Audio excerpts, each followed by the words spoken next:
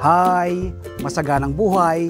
Nandito po ngayon sa Bungabon, Nueva Ecija, dito po sa El Sueño Farm na pag-ari po ni Sir Jason at Alo Leonardo. No?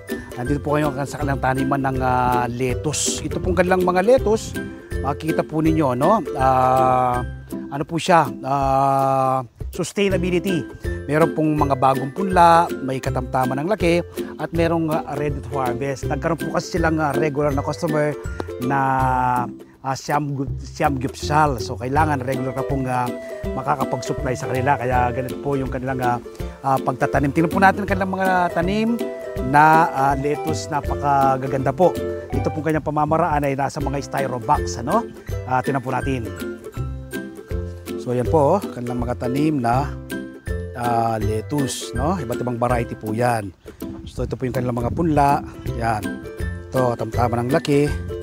Tapos may kasalukuyang lumalaki. May maliit pa lang. Ito, ikutan po natin, ha.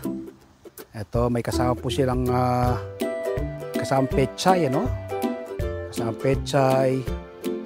Yan, dito. Ganda, oh. Yan, oh. Ganda. Yan.